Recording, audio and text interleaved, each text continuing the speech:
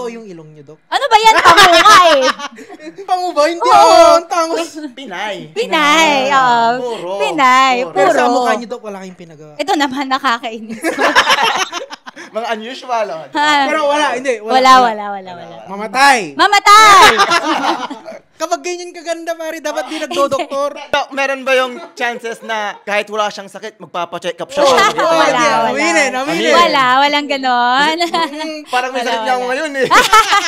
Parang gusto magpacheck. Ako din, para ako nilalagnat. Hindi kasi Kulit. actually talaga nagagandahan ako kay Doktora. Iba yung beauty ni Doktora eh. So, hindi nyo ba inisip minsan na mag-artista na lang? Naisip niya rin. Ang galing. Kasi, di ba? Why not? Feeling ko. Actually, hindi to yung first time na makakausap ko si Doc. Nung una nga, di ba, carpool interview. Doc, pwede nyo bang introduce yung sarili nyo? Ako po si Dr. Sheila Ferrer Baniqued na kasalukuyang senior board member po ng 3rd District of Pangasinan. Anong ibig sabihin ng senior? Matanda na po, gano'n. 6 years old. Pero hindi halata Kapag senior? Pag sinabi nating senior board member, ibig sabihin, siya yung nakakuha ng highest percentage. Ay, yabang! Hindi. Deserve! Paano nyo? Chamba. Ang dami nyo. Will ni Lord. Tingin nyo bakit kayo nakakuha ng mas maraming boto kaysa compared dun sa mga nakalaban? Dahil sa ganda? Dinahan nyo sa ganda. Dodger ka! Dinahan nyo sa ganda. Hindi kasi pag maganda, syempre, mas kapani-paniwala. Ganun ba yun? Magandang puso. Nag-practice po ba kayo? Actually, kahit ngayon, nagpa-practice tayo, nag-OPD check-up tayo sa may Pangasinan Provincial Hospital. Meron po ba kayong pasyente na pabalik-balik? Ay, marami. Usually, yung mga... Kapag ganyan kaganda, pare, dapat di nagdo-doktor. Meron ba yung chances na kahit wala siyang sakit, magpapacheck up siya? Wala. Aminin. Walang ganon. Parang may sakit niya ako ngayon eh. Parang gusto magpacheck. Ako din, para ako nilalagnat. Hindi kasi Kulit. Ay, totoo. Actually, pero meron bang... Usually kasi, di ba, merong mga patient na talagang merong mga maintenance medication, especially yung mga senior natin na patient. So, syempre, kapag, kunwari, kailangan nila ng panibagong reseta, ganyan, babalik sila for, reseta, ganyan. Oo. pag walang doktor, di walang sakit sana, no? Parang gano'n. Alam mo, sa lifestyle din yan ng mga tao eh. 'Di ba? Sa pangangalaga din ng ng katawan, sa kinakain, sa exercise, yun nga lang, ang dali-daling sabihin, sobrang hirap gawin. 'Di ba? Kasi alam naman natin na most of the Filipinos, sedentary lifestyle talaga. Ano Hirap yung sabihin nun? yung nakaupo lang, ganyan, hindi nag-exercise, ganyan. 'Di Di ba? Ang hirap, 'di ba? Grabe Ang ka naman sa hirap. akin, Dok. Hindi, same tayo. Huwag kayo mag-name drop. Same tayo. Huwag kayo mag-name drop. May mga question ka. Ready ka. Yung debutante dito. Ready ka ha? Actually, talaga nagagandahan ako kay Doktora. Iba yung beauty ni Doktora eh. So, hindi nyo ba inisip minsan na mag-artista na lang? Naisip niya rin. Ang galing. Kasi, di ba? Why not? Feeling ko, dagdag sa profession. Pwede ba yun? Ba't di na lang kayo mag-vlog? Gusto ko din actually. Alam mo, gusto ko kasi yung makikipag-usap, ganyan, madadal kasi talaga ako. Pero siguro, nilagay tayo dito ni Lord para mas maraming matulungan na kababayan natin. Ano bang trabaho ng board member? Ang trabaho talaga ng board member is legislation. So, ibig sabihin ng legislation, tagagawa ng batas. Ganyan. Tagagawa ng mga May nagawa kayong batas? ordinansa. Actually, yung isa sa pinaka, pinagmamalaki natin na nagawa na ordinansa bilang tayo ang chairman ng Committee on Health, bilang tayo isang doktor, ay yung programa ng ating mahal na gobernador, Governor Ramon Monmon Gico III, na Giconsulta. Siguro narinig nyo na yun, no? Yung Giconsulta. Yun yung umikot sila. Umikot-ikot. Yes, yung Government Unified Incentive for Medical Consultation. Kayo ang ng batas na yun? Yes, tayo po ang nag-author po noon. Nagpo-focus kasi yon sa health talaga. Kasi alam mo, nakita ko bilang isang doktora, pag nag-check up tayo, pag nagki-clinic ako, nakikita ko yung mga kababayan natin, mga kadistrito natin, nagpapa-check up lamang sila kung malala na yung kanilang karamdaman. Or para makita kayo. Tapos pag tinatanong ko Ganun talaga sila kung bakit ngayon lang sila pumunta, nagpa-check up, lagi na lang sinasabi na wala silang pamasahe, wala silang pambili ng gamot, ganyan. So doon talaga nag-originate yung programa na Giconsulta. Siya na yung lumilibot. Oo, para ibaba na sa bawat barangay yung programang pangkalusugan. Di ba yung doktor parang 8 years ba o 10 years? Yung medicine proper, di ba, may pre-med kayo. Ano yung pre-med mo? Pre-med ko is nursing. So, Ah. 4 years yon. So, alam niyo mag-alaga. Oo Out! TLC. After nung nursing, pagkapasa ng board exam, nagtrabaho pa ako sa Provincial Health Office sa PHO. Almost 2 years. 2 years. After nun, pumasok ako ng med school. So, another 4 years. And then, 1 year internship Saan sa kayo nag-med? Lyceum. Dagupan? Yes, sa Dagupan. Parang one take nyo rin yung doktor, no? Opo, yung board exam. Maganda na, matalino pa, no? Sana all. Chamba, naman will ni Lord. Ang swerte naman ng asawa nyo. Ano name ng asawa nyo ulit? Attorney Angel Baniquez Jr. Pwede nyo bang ikwento kung sino yung nanligaw? Kasi parang narinig ko kayo daw eh. Hindi Paano kayo nagkakilala? Passion, ma'am, di sabi ko. Paano kayo nagkakilala? SK ako nun. Ah! Oo, SK. Tapos siya, Tapos siya, running ng pagka-board member na first term. Sino Kami nagpa-cute? Ha? Sino nagpa-cute? Siya! Pwede ba ikwento kung paano yung first move? Kasi ako interesado Tapos ako kung eh. ilang buwan kayo nagpaligaw, Oo. ganun. Kasi Sige di na! ba? Hindi ko na matandaan. Yung, Estudyante pa ako nun eh. 4th year college. ano yung ginawa ni attorney na parang, ay, nanliligaw na ba to? Yung parang ganun. Ano yung next question, please? Kinikilig si... Ano ba yan? Dinadaan tayo sa ganda, no? Na-memento. Pero ano, ilan na yung baby nyo? Dalawa na. Dalawa na. Kailan kayo nanganak? 2023 January. Malaki age gap nila. Yung panganay namin, ano 10 years ang old. pangalan ni Si Gio? Gio. Ah, Gio. Diba? Tapos yung second baby namin, si Lexi. Babae? 2 years old, yes. Kota Oh, na. swerte naman, babae lalaki. Magkasunod. Kota na. Magkasunod. Stop na or pag nanalo, isa pa.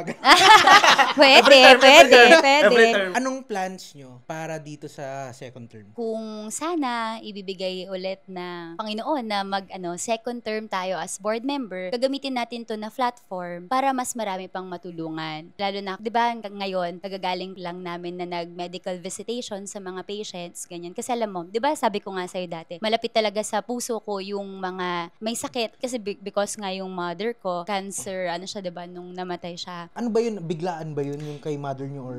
Yes, actually, biglaan yun. Parang walang 1 year nung after diagnosis nila. Then, she passed away. Then, yun yung time na magtitake ako ng board exam ng medicine. Ano yun? Nakapag-review kayo nun? Or- July yun eh. Then, magtitake dapat ang exam nun supposedly. I think parang October something. Pero nag-pandemic so na-move siya. Naging November, ganon. Kaya alam mo, feeling ko din. Kaya ko din napasa kagad yung board exam. Kasi siya yung feeling ko, anak, yan yung sagot. Ganyan. Siya yung nag-guide talaga, yung guardian angel mo Nung na... nag-board ba kayo, wala na sila? Buti hindi yun naka-distract sa inyo. Siyempre, oo. Pero di naman titigil ang mundo dahil malungkot ka, di ba? Di naman titigil dahil may nararamdaman ka na hindi okay, ganyan. So, tuloy ang buhay. Siyempre, kailangan nating ilaban dahil yun ang gusto natin. So, focus on the goal na ipasa yung board exam. And sigurado naman, yun din naman ang gusto ng mama ko na... Pangarap niya bang magkaroon ng anak na doktor? Yes. After yung may pasa, anong ginawa niyo nun? After kong pumasa ng board exam, sakto yun November 2020 na ako pumasa ng board exam. Ay, naalala ko yun. Dami yung tarp. Ano? Congratulations. May tarpaulin pa nun. Oh, Ganun pala. congratulations, Doktora Sheila Registered. Ferrer Boniquet. Dami. For passing the board exam, ganyan. So, after kong pumasa ng board exam, nag-moonlight ako. So, pag moonlight, sinasabi natin, umikot sa mga hospitals na 24 hours duty. So, tayo sa Alaminos Doctors, sa Jesus Nazarene, tapos minsan, sa dialysis, Avitus. Kasabay nun pala, nasa PPH din tayo, ER physician. Ang dami niyang hospital nun. Pag ER physician sa PPH, yung ganun din, 24 hours duty na ikaw nag-a-admit ng mga pumupunta sa ER. Halos walang tulog, walang pahinga. Oo. Ba't ganun? Yung may mga kilala kong babae na mukha silang stress kapag walang tulog. Ba't kayo parang fresh pa rin? Talaga bang doktor kayo? May duda na eh. Anong skincare routine nyo? Wala, tubig lang. Hindi ako maniwala. Hindi nga, seryoso. Seryoso nga. Skincare routine nyo? Oo nga, tubig Tubig lang. lang? Oo. Anong sabon nyo? Magtutubig ako mamaya. Anong sabon nyo? Hydration. Pero wala kayong skincare. Tamad ako Kasi na tao. Natural, Dok? Ito naman, no? Pinupola tayo ni Doc, no? Totoo yung ilong niyo, Doc. Ano ba yan? Pamunga eh. Pango ba? Hindi, Oo. ang tangos. Pinay. Pinay. Puro. Pinay. Puro. Pero sa Puro. mukha niyo, Doc, wala kayong pinagawa. Ito naman, nakakainis. Mga unusual, oh. Pero wala, hindi. Wala. Mamatay! Mamatay! Gusto ko mag-thank you sa sponsors namin, sa E&J Window Blinds. Kamusta pa? Ano pong masasabi Ano nyo? masabi niyo sa ano namin? Ang ganda, very aesthetic. Wow. Mura lang Kasi yan. itong sponsor din tong upuan namin. Ano masabi niyo sa ano natin? Share natin. Very colorful and very comfy.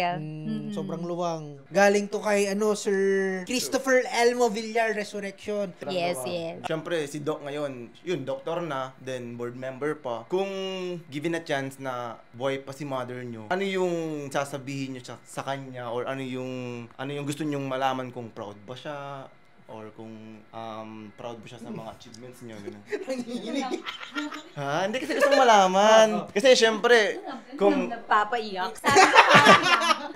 Bastos, no? Hindi kasi walang malaman. Kasi syempre, ang dami nyo ng achievements parang gano'n. So, nakaka-proud lang. Ano na yan?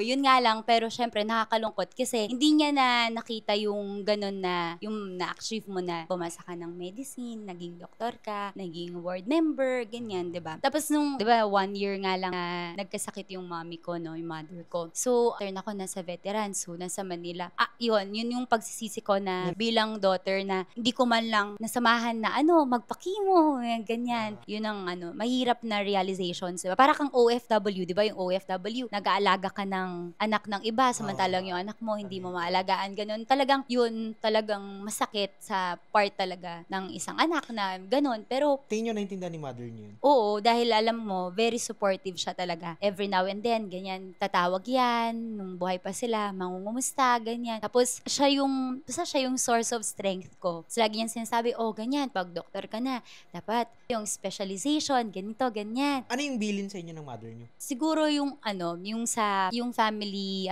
trait na pagsama-samahin, ganyan. Panganay ba kayo? Panganay ako, oo. Yes, sa 4 na magkakapatid. Babae kay lahat, Doc. Hindi, 2 babae, 2 lalaki. Yung kapatid ko na bunso, inaalagaan namin. Oo, so syempre, Pwede na ba siya mag-boyfriend? ha? Pwede na mag-boyfriend? Pwede na. So yun ang bilin ng mother niyo, yung bunso? Oo, kasi yung bunso namin, PWD siya, so deaf and mute siya. Tingin nyo ano yung edge ng mga medical field tapos papasok sa politics? Kami na mga nasa medical field, alam na namin kung paano mag-serve sa tao, mga laga. Kasi syempre, yun ang ginagawa natin sa hospital, diba? To take care dun sa mga may sakit, magbigay ng pag-aaruga. Siguro yun. Besides sa politics, ano yung growth na kailangan ng isang Doktora Sheila Baniken? Alam mo, sana to pinagdadasal ko na pagkatapos nito sana, makapag-residency ako. Yung ibig sabihin ng residency na... Baka pag nagpamasa ka kasi na doktor sa board exam, may another, na naman yan, phase na naman yan. Kung anong residency program ang gusto mong pasukin. Kung gusto mo bang mag-pedia, mag-OB, mag-IM, Parang ganyan. expertise. Yes, specialization. Ako, malapit talaga yung puso ko sa mga bata. So, gusto ko mag-pedia. Pideya? Pwede. Iba naman yun, sa drugs yun.